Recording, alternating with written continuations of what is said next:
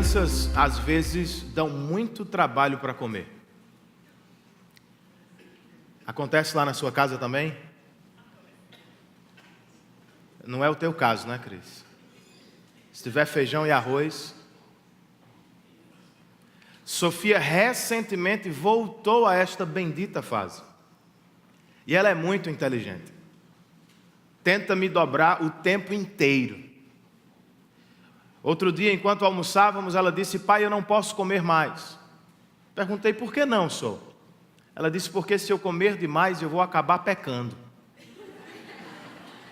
Aprendi com o senhor que gula é pecado.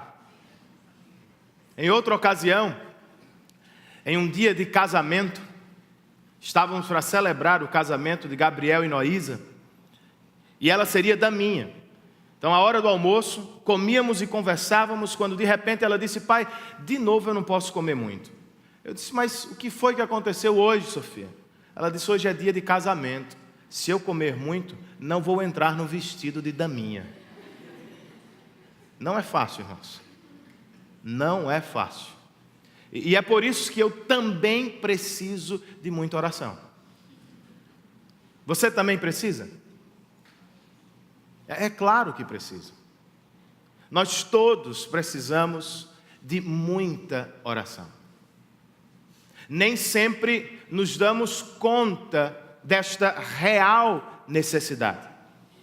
Pensamos que podemos viver sozinhos, com nossa própria força, totalmente independentes de Deus.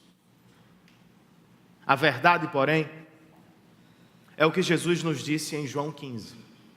Sem Ele, nada podemos fazer.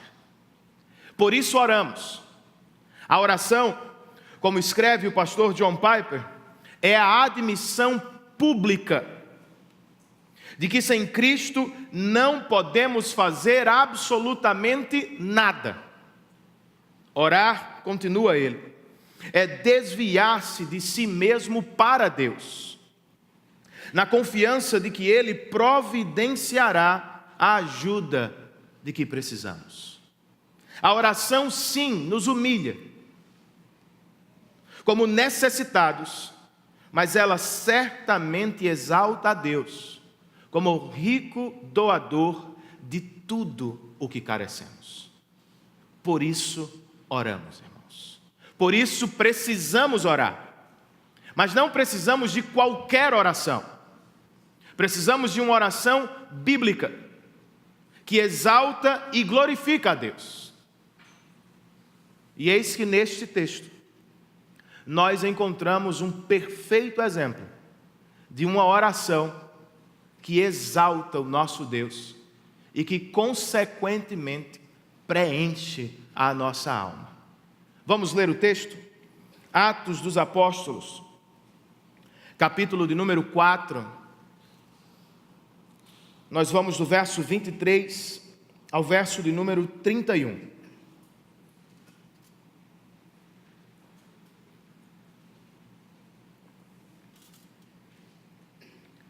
Quando foram soltos, Lucas registra: Pedro e João voltaram para os seus companheiros e contaram tudo o que os chefes dos sacerdotes e os líderes religiosos lhes tinham dito.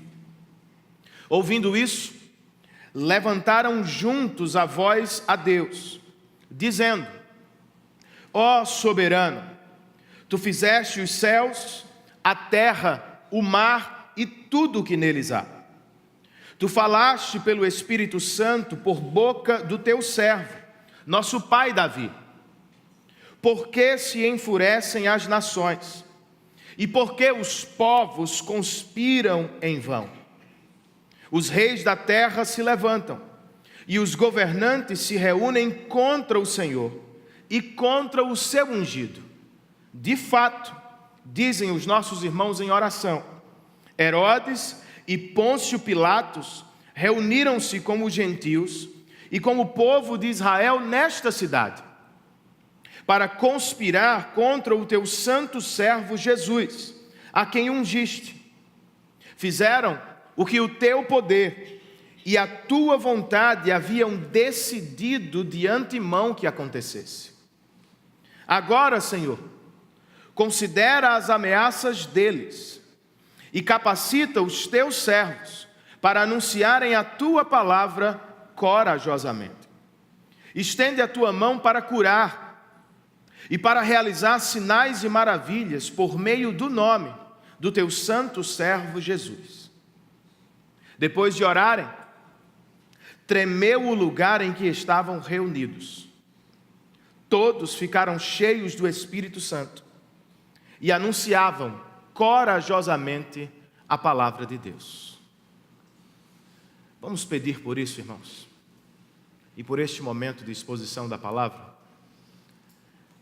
Senhor, este texto bem poderia ser a nossa oração também. Nós também precisamos de Ti. Não há vida cristã genuína sem dependência do Senhor. Nós carecemos desesperadamente. Nós precisamos do Teu auxílio. Assiste-nos, ó Espírito Santo. Faz por nós o que nós mesmos não podemos fazer.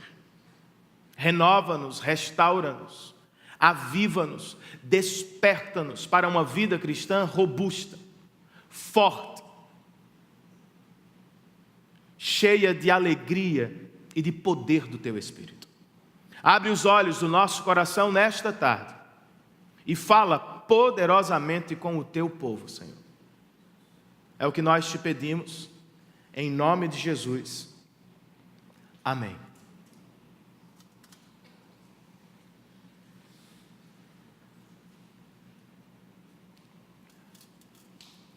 A experiência de Atos 2, uma igreja cheia do Espírito Santo, inevitavelmente produz a experiência de Atos 3, uma igreja que prega o Evangelho de Jesus Cristo. Esta última,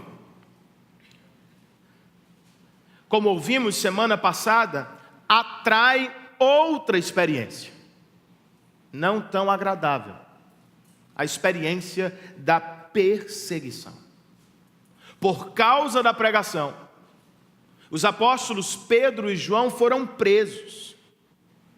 E embora tenha sido a primeira prisão, certamente não será a última. Na verdade, de agora em diante, a igreja será muitas vezes perseguida. E por isso sofrerá os que vão presos e os que ficam do lado de fora, os que morrem e os que fogem, todos os cristãos, ao menos aqueles cristãos de Jerusalém, estão para viver uma severa perseguição.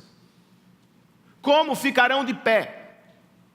Como é que a igreja vai resistir, irmãos, aos poderes políticos, religiosos, espirituais e humanos, todos ao mesmo tempo militando contra o avanço dela? Sozinha, a igreja cairia, irmãos. Por isso, antes de cair, ela se coloca de joelhos e ora ao Senhor. A igreja de Atos precisava orar. A nossa igreja também. Você, pai cristão, também. As nossas famílias também precisam orar. A pergunta é: de que oração estamos falando? Qual é a oração bíblica que exalta a Deus e que promove segurança, conforto e alegria no nosso coração? Ao longo deste texto, Lucas nos dá uma pequena amostra da oração da igreja de Atos. Nos revela aspectos importantes da oração dos nossos primeiros irmãos. Por exemplo, de acordo com o que ele viu e ouviu, irmãos, a oração da igreja de Atos era uma questão de prioridade. É o que nós encontramos nos primeiros versos do texto que lemos. Ao abrir o texto, Lucas nos informa que quando foram soltos, Pedro e João voltaram. Voltaram para onde? Eles não eram da Judéia, onde ficava Jerusalém. Como você deve lembrar, eles eram galileus. Será que Lucas vai nos dizer que depois de serem soltos, eles voltaram para casa? Poderiam ter voltado. Não eram anjos.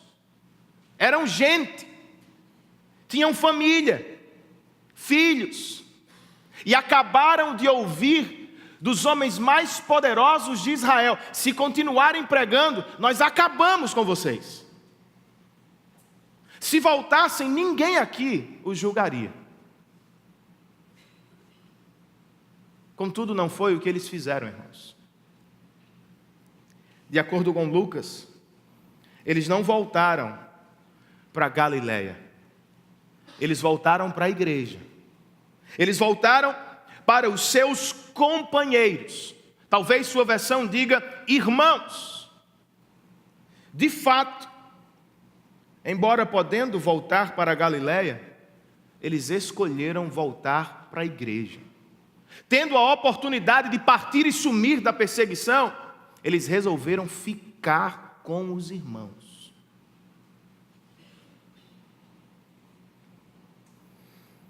E o que eles fazem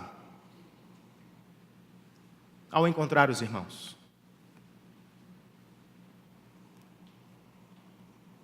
Contaram tudo, verso de número 23. O que os chefes dos sacerdotes e os líderes religiosos lhes tinham dito, ameaças. E depois, ouvindo isso, levantaram juntos, apóstolos e cristãos, juntos, a voz a Deus em oração. Eis a prioridade da oração. Não foram aos tribunais. Não foram implorar a César por ajuda. Não procuraram homens. Voltaram para a igreja e juntos priorizaram a oração. Buscaram a face de Deus.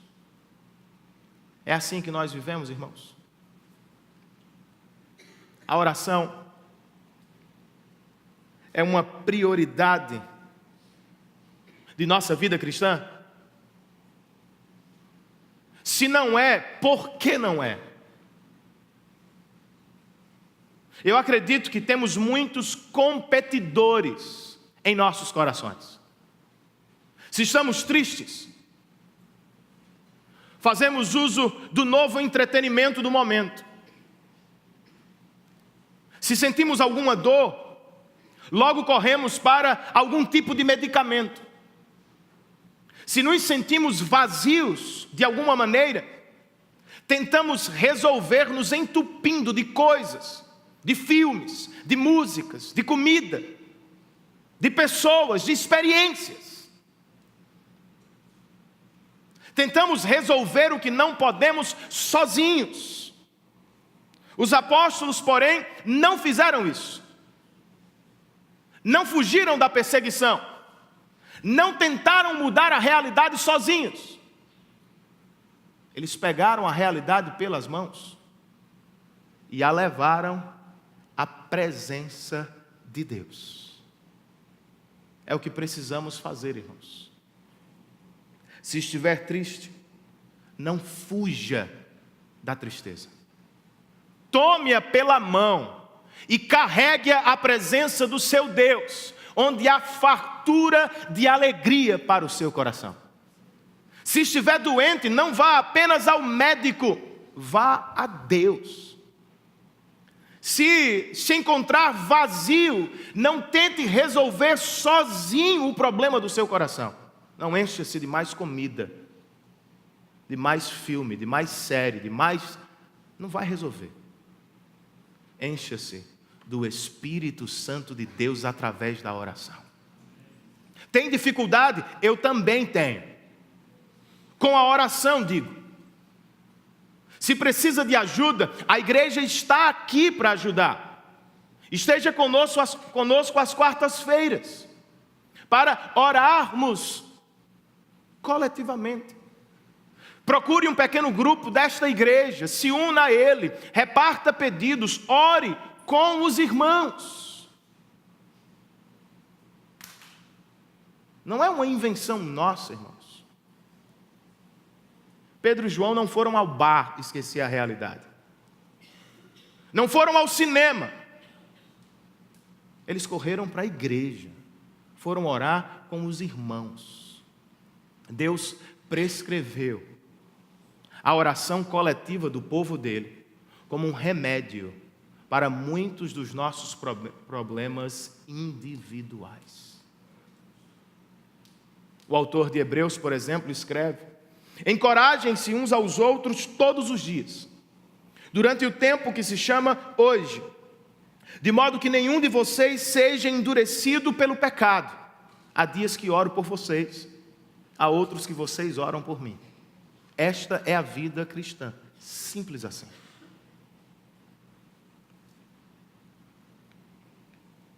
Nós ajudamos uns aos outros, também em oração, a fim de que todos fitemos os olhos em Cristo Jesus.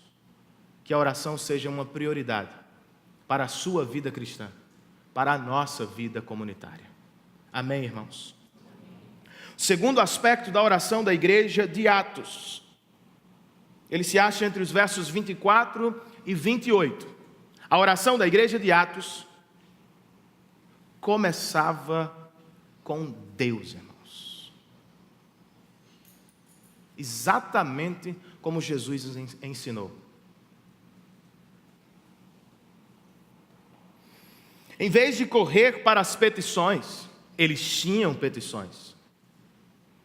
Os nossos irmãos pararam diante de Deus. Em vez de falar de seus problemas, curiosamente eles falaram de Deus a Deus. Estranho. Gastaram 2 versos com petições, 5 versos falando de Deus a Deus. Será que ele precisa ouvir acerca de si mesmo? Claro que não. Os cristãos precisam se lembrar do Deus a quem estão orando. Quem é o Deus a quem oramos? Verso de número 24. Ouvindo isso, levantaram juntos a voz a Deus, dizendo: ó soberano, tu fizeste os céus e a terra, o mar e tudo o que neles há. Esse é o tamanho do seu Deus. Estamos falando do Criador. Eles não estão implorando a César, que à época dominava diversas nações da terra. Ainda assim, limitado. Eles estão orando ao Senhor soberano, Criador de todas as coisas.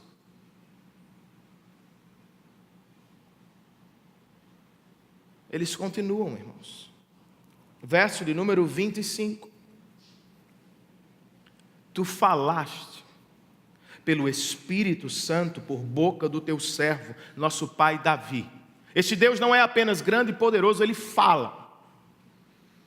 Ele se comunica com seu povo.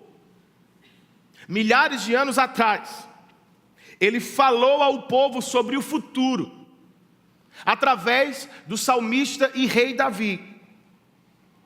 Por que se enfurecem as nações? E os povos conspiram em vão. Os reis da terra se levantam, e os governantes se reúnem contra o Senhor e contra o seu ungido. Esta palavra se cumpriu, irmãos. De fato, os nossos irmãos continuam orando. Herodes e Pôncio Pilatos reuniram-se com os gentios, os estrangeiros, e com o povo de Israel nesta cidade, nações diferentes. E o que eles fizeram? Conspiraram contra o teu santo servo Jesus. Deus falou, irmãos. 1000 anos depois, aproximadamente, a canção profética de Davi se cumpre em Jesus. Eles oram, portanto, ao Deus Criador, mas ao Deus governador da história. Melhor do que isso, eles oram ao Deus que salva.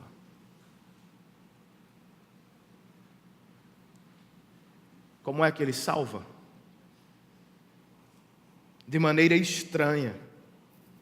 Os nossos irmãos ainda em oração, falando dos inimigos do Senhor. Dizem no verso de número 28, fizeram o que o teu poder e a tua vontade haviam decidido de antemão. É assim que a igreja do Novo Testamento interpreta a história. Em sua primeira pregação, Pedro nos disse exatamente a mesma coisa. Vocês, judeus, se juntaram a homens perversos e mataram Jesus pregando-o à cruz. Pedro não está mais pregando, está orando. Mas ao olhar para a história, ele a vê do mesmo jeito. Sim, foram as nações, mas sim, foi o teu decreto eterno. Fizeram a mesma coisa então, Renan? Homens e Deus? Não. Os homens mataram Jesus porque o desprezaram como um falso salvador. Deus entregou o seu filho para morrer na cruz, a fim de exaltá-lo como o único e suficiente salvador de sua igreja. É a este Deus, portanto, que os nossos irmãos levantam a voz em oração. Antes mesmo de deixar diante dele suas petições, eles mesmos correm para a presença de Deus, param para contemplar sua face. Esta é uma ordem saudável, irmãos. Faz diferença. Oração para os nossos irmãos era, primeiro e antes de tudo, olhar para Deus. Como é que olhamos para Deus em oração? Faça um passeio à beira-mar. Ou à noite, olhando para o céu estrelado. Se tem um jardim ou um quintal, intencionalmente fite os pássaros, as flores, os frutos, as árvores. A criação inteira foi feita para nos ajudar a orar. As montanhas, escreveu Charles Spurgeon no século XIX, não são simplesmente montanhas. As montanhas são as montanhas de Deus. Não estão ali para encantar, estão ali para sugerir o tamanho do Deus a quem você serve. Na última segunda, eu fui à praia com Bia, caminhar. Quando chegamos, ela me disse: pai, eu acho isso lindo. O reflexo do sol brilhando sobre a face das águas. Eu concordei e acrescentei: Bia, é Deus. Ele está chamando a sua atenção. Ele está chamando os seus olhos para a beleza dele. Quer ser ajudado em oração? Vá à praia e ore com os olhos abertos. Veja a extensão do mar e não apenas conclua: que mar grande. Conclua: o nosso Deus é tremendo. Não fique apenas maravilhado com o tamanho da montanha. Se já subiu uma montanha alta, você se sente pequeno. De fato você é. A montanha é grande. Nosso Deus, muito maior do que ela. A criação inteira, irmãos, é uma espécie de teatro. Sol, lua, estrelas, pássaros, animais, todos juntos foram colocados por Deus aqui, a fim de chamar a nossa atenção para o real tamanho, verdadeira beleza do Criador. Quer olhar para Deus em oração? Por favor, leia sua Bíblia. Alguns cristãos insistem em dizer que teologia e oração não combinam. Já ouviu isso? Se você estudar demais, você vai ficar seco, cru. Teologia seca o coração do homem de Deus. Aqui, porém, estão dois apóstolos, Pedro e João, e outros irmãos teologizando em oração. Não estão orando do nada, irmãos. Não estão criando a imagem que querem acerca de Deus, o que alguns filmes e livros tentam fazer. Eles estão orando a partir da Bíblia.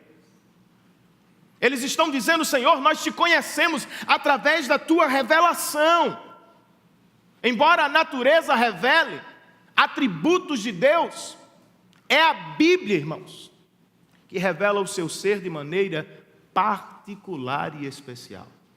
Se fosse apenas a criação, ficaríamos perdidos. Não ouviríamos a sua voz, teríamos ideia de sua existência, mas não o conheceríamos. Aprove a Deus nos dá um livro que nos apresenta seu caráter, seu ser, sua vontade, seus propósitos. Quer conhecer o Deus a quem serve? Não apenas vá passear à praia.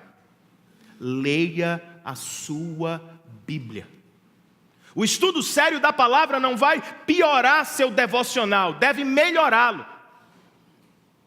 Leitura regular da Bíblia não vai torná-lo seco, vai torná-lo espiritual. À medida que lê a Bíblia, pergunte-se constantemente: quem é o Deus que se revela aqui? O que Ele fez? O que Ele faz por mim? Por exemplo, lendo este texto: Senhor, Tu és o Criador dos céus, da terra, do mar e de tudo o que neles existe. Gera no meu coração confiança. Em relação ao Teu tamanho, os meus problemas são diminutos. Eu preciso confiar no Teu tamanho. Senhor, Tu guia a história. Falastes por meio de Davi, cumpristes em Cristo. Eu não entendo a minha às vezes. Não sei se devo tomar a direita ou a esquerda. Não sei por que essa calamidade me alcançou. Eu estou perdido. Você também já ficou assim. Eu posso não saber para onde ir, irmãos, mas eu sei quem é o meu Deus. Por causa da Bíblia, eu sei que Ele é o Senhor do universo. Está no controle de todas as coisas. Eu não preciso saber de tudo. Preciso saber que Ele sabe. Preciso descansar no conhecimento soberano e bondoso do meu Deus. Quer olhar para Deus em oração? Seja auxiliado pela criação. Leia a sua Bíblia. Mas, acima de tudo, aproprie-se do Evangelho de Jesus Cristo. Os nossos irmãos olharam para a criação, voltaram os olhos para a Bíblia, mas também oraram a partir do Evangelho. Nações conspiraram contra o Teu ungido, Senhor. Disseram isso. Mas também disseram: foi a Tua vontade. Não foi por causa da maldade humana apenas, irmãos. A morte de Cristo foi fruto da mais perfeita bondade de Deus. Cristo não morreu apenas por mãos humanas, muito mais. Ele morreu para nos salvar da mão santa, justa e pesada de Deus. De maneira prática, poderíamos perguntar por que ele morreu. E eu poderia oferecer centenas de respostas. Uma delas está aqui. Cristo morreu para tornar possível nossas orações. Como é que um Deus santo, que não habita nem aprova pecado, pode receber, ouvir e atender pecadores? Cristo, irmãos. A fim de que você entrasse à presença de Deus, ele saiu. A fim de que você não apanhasse para sempre, ele sofreu. A fim de que a sua voz pudesse ser ouvida e atendida, ele viveu o silêncio do Pai na cruz. Então não me diga que a oração é uma coisa sem importância. Cristo morreu para possibilitá-la. Não orar é quase que um pecado. Não orar é não dar o devido valor à cruz. É não se apropriar do que Cristo fez na cruz. É não confiar no sangue derramado dele na cruz. O autor aos Hebreus não nos diz: tenham medo e se afastem do trono da graça.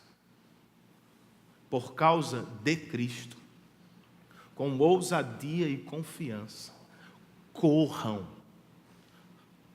para a presença dele, certos de que vocês foram recebidos por ele, e por isso nunca mais serão lançados fora. Vão à presença do Pai, certos de que vocês foram aceitos, e por causa dele nunca mais serão rejeitados. Ore, meu irmão.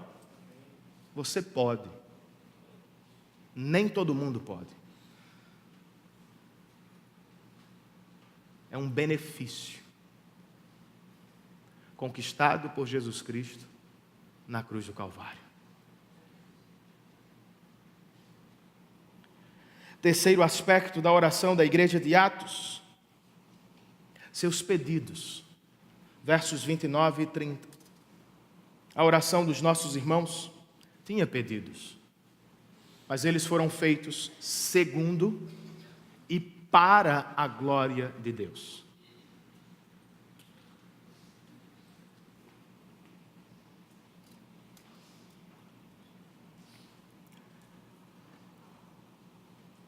Depois de destacar a prioridade e a forma como começavam a oração, Lucas nos dá os 3 pedidos da igreja. Tenha em mente Cristo, pois ele está no centro dos 3 pedidos. No verso 29, Lucas registra a sequência da oração deles.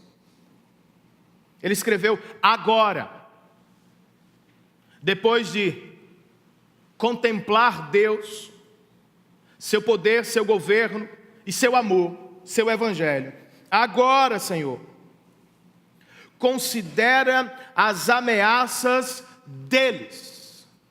Do que é que você acha que eles estão falando? Também da prisão, também da perseguição, também do sofrimento. Contudo, a ameaça deles foi específica.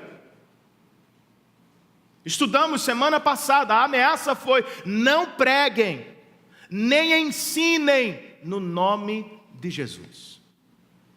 Não estão tão preocupados com segurança, estão muito mais preocupados com o nome de Jesus. É como se estivessem dizendo: Senhor, olha para o nome do teu filho, vela por ele. Os camaradas aqui querem impedir o avanço da pregação do nome dele. Olha para isso, Senhor. Essa oração Deus atende. Ele ama de maneira incomparável seu Filho unigênito. Os irmãos sabem disso. Não oram apenas pela ameaça. Na sequência, eles oram: e capacita os teus servos para fugirem rapidamente. É o que está aí no seu texto? Para fugirem de Jerusalém, de Israel. Capacita os teus servos, abre-lhes portas para que eles desapareçam no mundo com medo. Porque as coisas estão ruins em Jerusalém, eles querem partir. Não, irmão. Eles sentem medo também. Eles têm filhos também. Eles estão em uma situação muito mais perigosa do que a nossa, muito mais perigosa do que a do Rio de Janeiro. Ainda assim, eles dizem o seguinte: capacita os teus servos para anunciarem a tua palavra, corajosamente. Olha para a ameaça contra o nome de Cristo, capacita-nos para pregar o nome de Cristo. Por fim, eles fazem um terceiro pedido, estranho para alguns irmãos, nem um pouco para a igreja de Atos. Estende a tua mão, verso 30, para curar e realizar sinais e maravilhas. Note o final do texto, leia o verso inteiro. A parte principal vem depois. Estende a tua mão para curar e realizar sinais e maravilhas por meio do nome do teu santo servo Jesus. Outra vez ele é o mais importante. Não é apenas faça milagres. É os faça Deus Pai. Estende a tua mão, a fim de que o nome de Cristo seja conhecido e desejado entre todos os povos da terra. A pergunta é: ainda devemos orar por esses milagres, sinais e maravilhas? É lícito, é bíblico pedir por eles? De antemão, os polos são sempre perigosos, irmãos. Nem vá para aqueles que negam completamente os milagres, tampouco vá para aqueles que só fazem milagres. Tenha equilíbrio, tenhamos equilíbrio. Sobre equilíbrio, o Dr. John Stott escreve algo muito interessante em seu comentário. Não diremos que os milagres nunca acontecem, nem diremos que sempre acontecem. Não os consideraremos impossíveis, mas também não os veremos como normais. Nem é sempre, nem é nunca. Nem é impossível, nem é normal. Eu vou tentar explicar, parafraseando a sequência do texto de Stott. Deus opera milagres? Claro que sim. Para aqueles que acreditam nos 2 primeiros capítulos da Bíblia, a criação de todas as coisas, o que é a cura de um câncer? Deus pode e Deus faz. Ele opera milagres. Ele sempre o faz? Não.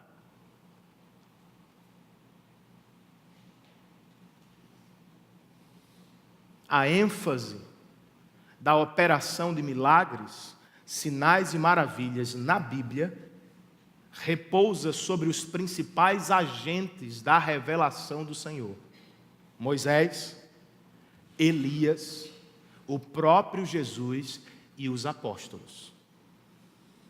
Nem todos os personagens da Bíblia operavam milagres quando bem entendiam. Mas a estes mencionados, Deus deu poder para tal. Por quê? Ou melhor, para quê? A oração nos responde: estende a tua mão, Senhor, para curar e realizar sinais e maravilhas por causa do nome de Jesus Cristo. Os sinais e maravilhas são sempre coadjuvantes. O nome de Cristo é sempre protagonista. Os sinais e maravilhas não são fins em si mesmos. São meios de Deus chamar a atenção dos céticos e incrédulos para algo sobrenatural. Sendo assim, devemos orar por milagres, desde que eles sejam para a glória de Deus e pregação do Evangelho. Devemos pedir por milagres em nossas vidas, sim, desde que sejam úteis no avanço e na pregação do Evangelho de Jesus Cristo. Pois, como disse antes, pessoas curadas ainda morrerão, irmãos. Pessoas salvas pelo Evangelho, ainda que morram, viverão eternamente com o Senhor. Não podemos fazer deles o alvo, o centro de tudo. Não!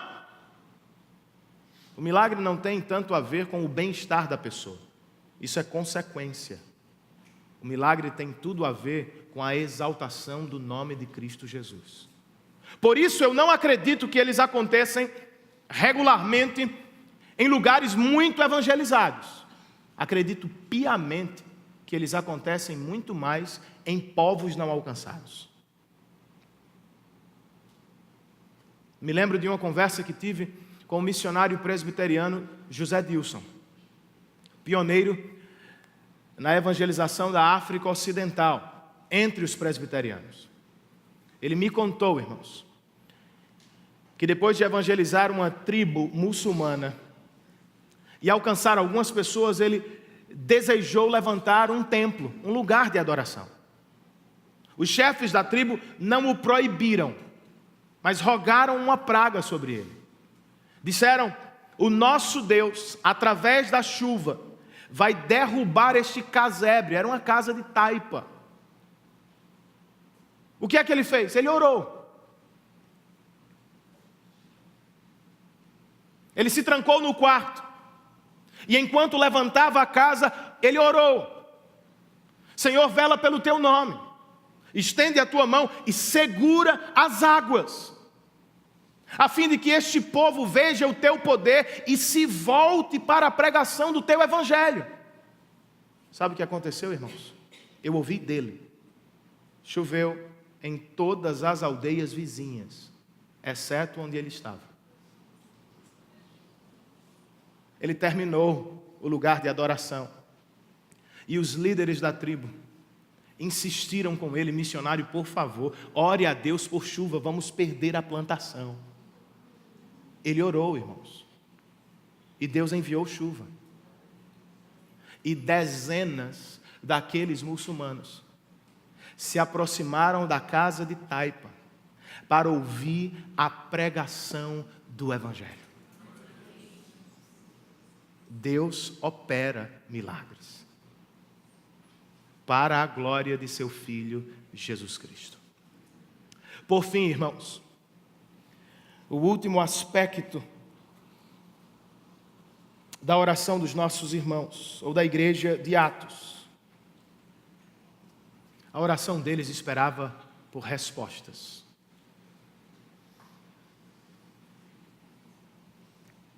Você crê que Deus responde às suas orações? Ronaldo Lidório, missionário presbiteriano, outro dia disse: este é o problema das orações. Deus responde. Respondeu aqui, irmãos. Verso de número 31. Depois de orarem, tremeu o lugar em que estavam reunidos. Todos ficaram cheios do Espírito Santo e, como consequência, anunciavam corajosamente a palavra de Deus. Não sei se você percebeu, mas estamos diante de um paralelo com o dia de Pentecostes. Nas duas ocasiões, os nossos irmãos estavam orando. Em Atos 1:14, Lucas registra: os nossos irmãos se reuniam constantemente para orar, esperando a descida do Espírito. Outra vez aqui, os nossos irmãos estão reunidos em oração. Nas duas ocasiões, Deus manifestou de maneira palpável seu poder. Em Atos 2, um som invadiu a casa onde estava. Um som como de um forte ou impetuoso vento tomou o lugar. Em Atos 4, Deus balançou a estrutura da casa onde estava. Já imaginou? Às vezes o teto aqui balança um pouquinho, o povo já corre. Imagina se a base desse lugar se mexesse. Deus os respondeu imediatamente e de maneira concreta. Eu ouvi a oração de vocês. Vou fazer o mundo tremer por causa dessa oração. Nas duas ocasiões, todos os presentes, não os melhores, não os maiores, não só os apóstolos, todos os irmãos foram cheios do Espírito Santo. Nas duas ocasiões. Com que propósito, irmãos? Propósitos egoístas? Experiências transcendentais, individualistas, a fim de que eles exibissem uns diante dos outros seus dons? Não. Nas duas ocasiões houve muita pregação. Na primeira, através de muitas línguas conhecidas, os irmãos anunciaram as maravilhas do Evangelho de Cristo. Na segunda, em uma só língua. Não tinha mais dezenas de línguas. Em uma só, eles pregaram o mesmo Evangelho de Cristo, cheios de coragem, de intrepidez. O que é que eu quero com a comparação, irmãos? Embora, em um sentido, o Pentecoste não se repita, trata-se de uma obra de Cristo, única, conclusiva de sua carreira ministerial. Em outros, como modelo de avivamento, ele muitas vezes se repetirá. A igreja precisa viver um avivamento espiritual. Para o bem do povo de Deus, mas também e principalmente para o avanço do reino de Deus. É o que você quer, cristão? É esta resposta que você anda buscando de Deus em oração? Não sei se é. Sei que é a resposta que precisamos. Mais do que Enem, mais do que concurso, mais do que dinheiro, mais do que posses, mais do que bem-estar, mais do que saúde, mais do que tudo. Nós precisamos de um genuíno e poderoso avivamento. Até as melhores igrejas e os mais fortes cristãos precisam de avivamento. Não é este o caso? Não estamos falando de qualquer igreja, irmãos. Estamos falando da igreja apostólica. Não estou mencionando qualquer cristão. Eu estou falando de Pedro e João, que não estavam desviados, estavam presos por causa da pregação. Podiam ter batido no peito e dito uns aos outros: que é isso? Orar para quê? Avivamento para quê? Nós somos apóstolos. Pedro e João, com todos os outros, clamam a Deus por um novo e poderoso avivamento espiritual. Não estou dizendo que a nossa igreja é fraca completamente, ou que ela é ruim totalmente. Talvez não seja. Ainda assim precisamos de um verdadeiro avivamento. Talvez nem tanto pelo que vivemos aqui, muito mais pelos desafios lá fora. Sozinhos não conseguiremos. Sozinho, pai, você não consegue. Sozinha, mãe, você não dá conta. Sozinhos, igreja do bairro dos Estados, não vamos conseguir. É por isso, irmãos, que Lucas, mais uma vez, registra a presença sobrenatural do Espírito Santo. Nós precisamos do Espírito Santo. De novo, não estou falando de uma segunda ou nova bênção posterior à salvação. Se somos cristãos genuínos, já somos habitados pelo Espírito, portanto não é receber o Espírito, é se apropriar cada vez mais, diariamente, da bênção que o Senhor já nos deu. Como é que fazemos isso praticamente, Renan? Em Atos 2, quando o Espírito veio pela primeira vez sobre os discípulos, eles não estavam orando nem pregando, estavam comendo e conversando. Na ocasião, Deus, o Espírito Santo, se revelou soberano. Vocês não podem programar, não podem ditar, não podem manipular. Agora, em Atos 4, nas duas vezes que Lucas menciona o Espírito, ele nos fala das ações da igreja. Ou os irmãos estavam pregando, ou os irmãos estavam orando.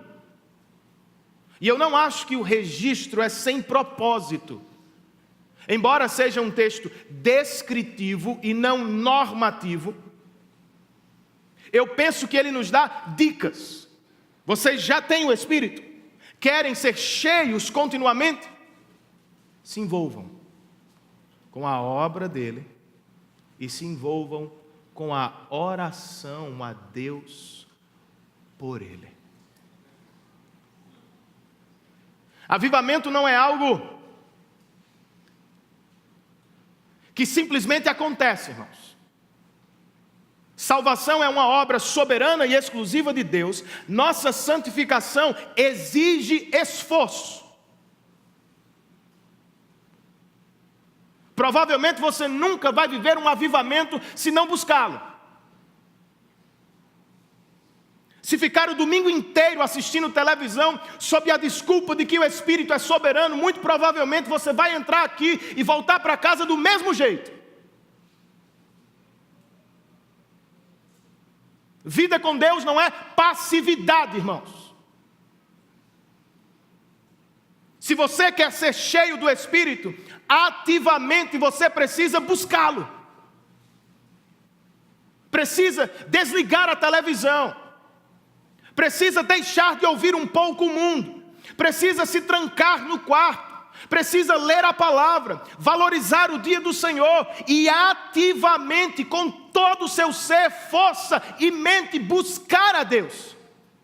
Não vai ser de qualquer jeito. Já teve a impressão que alguns cristãos são mais fortes, mais espirituais do que outros? Não foi impressão. Eles são mesmo. Não porque são melhores, não porque são eleitos dos eleitos, salmista nos explica, Salmo de número 25, os segredos do Senhor não são para todos, são para aqueles que o buscam. Não precisa ser de madrugada, quem sabe? Mas você não terá tanto quanto seu irmão, se não buscar a Deus de todo o seu coração.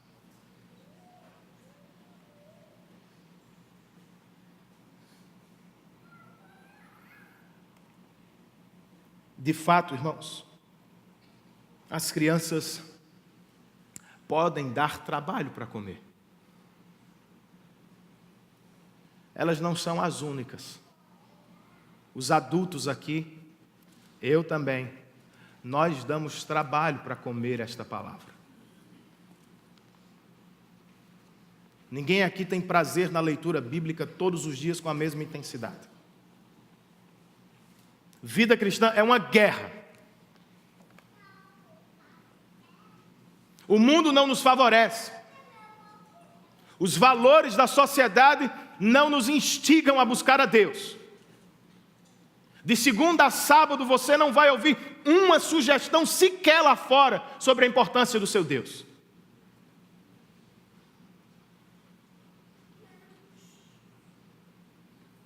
Por isso precisamos orar, irmãos. Nós precisamos orar. Precisamos de ajuda. A minha pergunta para terminar é simples.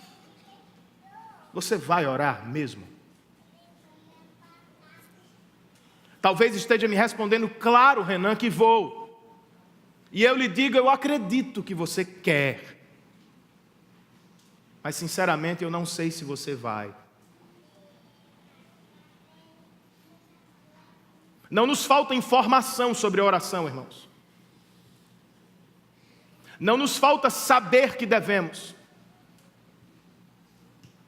Nos falta planejamento, preparação. Se quer sair de férias em janeiro, você precisa planejar antes. Não pode acordar um dia de janeiro dizendo, mulher, nós vamos viajar agora para o Japão. Não será possível.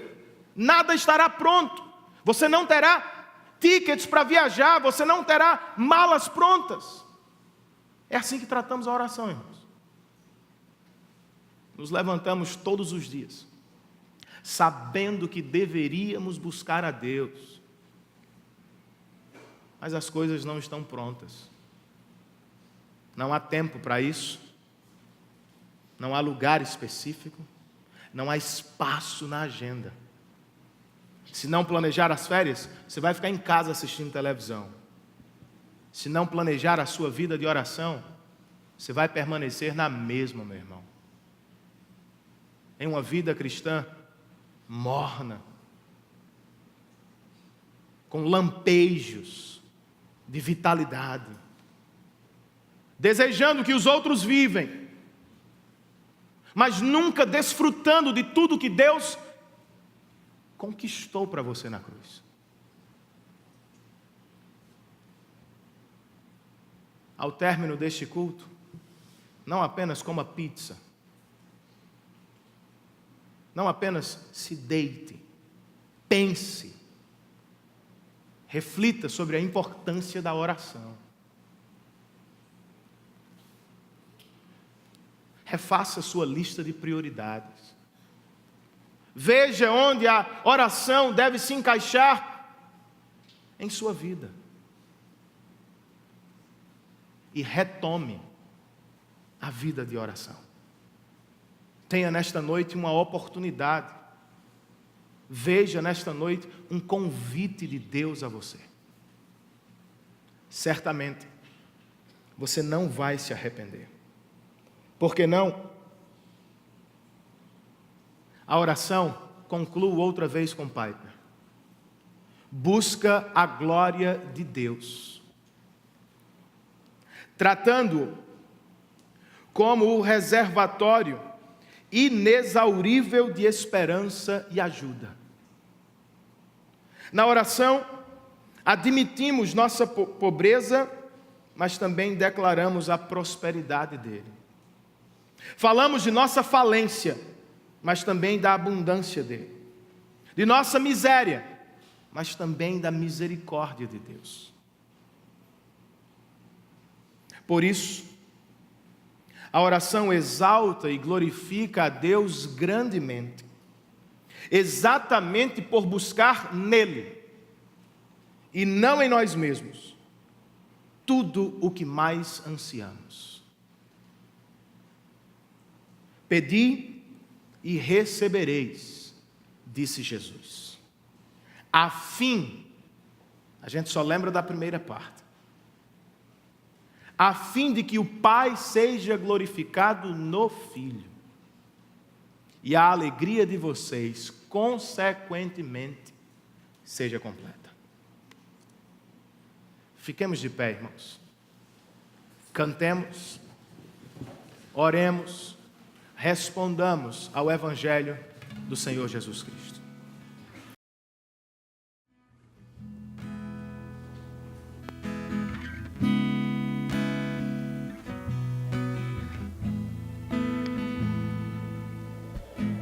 Meu refúgio e fortaleza, és o meu socorro. Mesmo que estrondem as águas e os montes afundem, eu não temerei.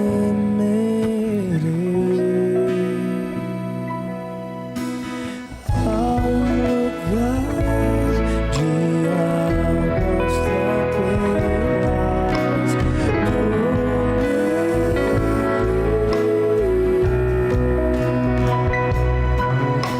e lá não há abalo ou temor,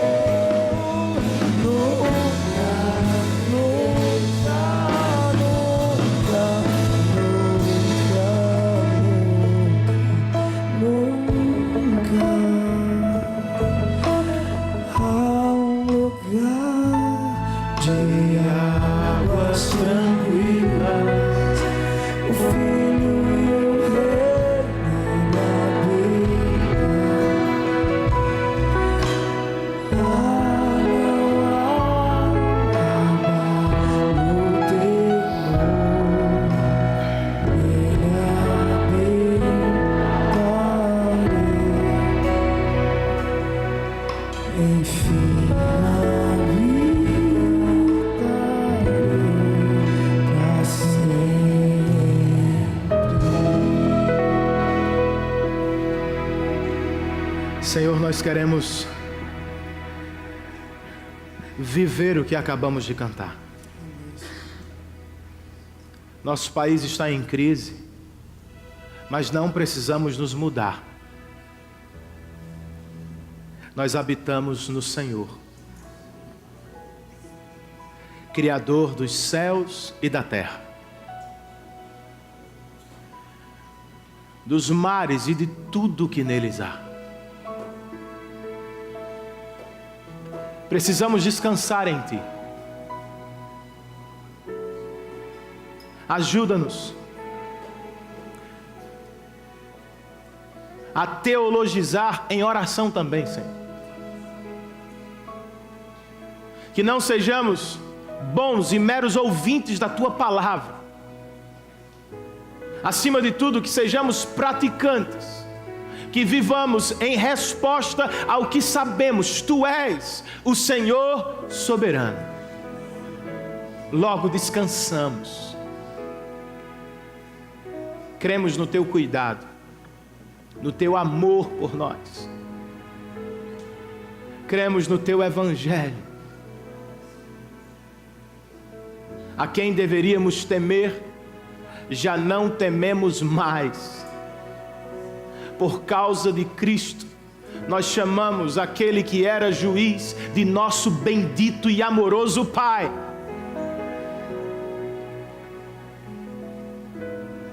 Gera desejos santos em nosso coração, por uma vida devota, uma vida de oração, Senhor.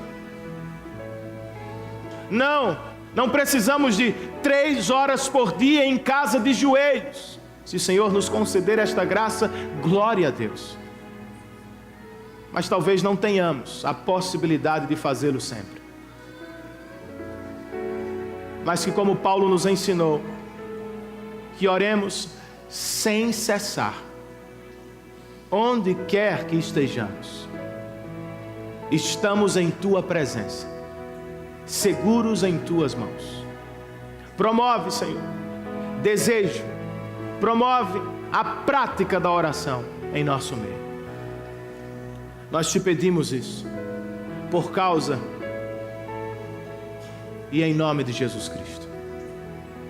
Que o amor de Deus, nosso Pai, a graça salvadora e fortalecedora de Jesus Cristo, o nosso Senhor, a comunhão, o poder, a presença e o cuidado do Santo Espírito de Deus estejam sobre todos nós. E em uma só voz, todos nós dizemos: Amém. Saiamos sob a bênção do Senhor, irmãos.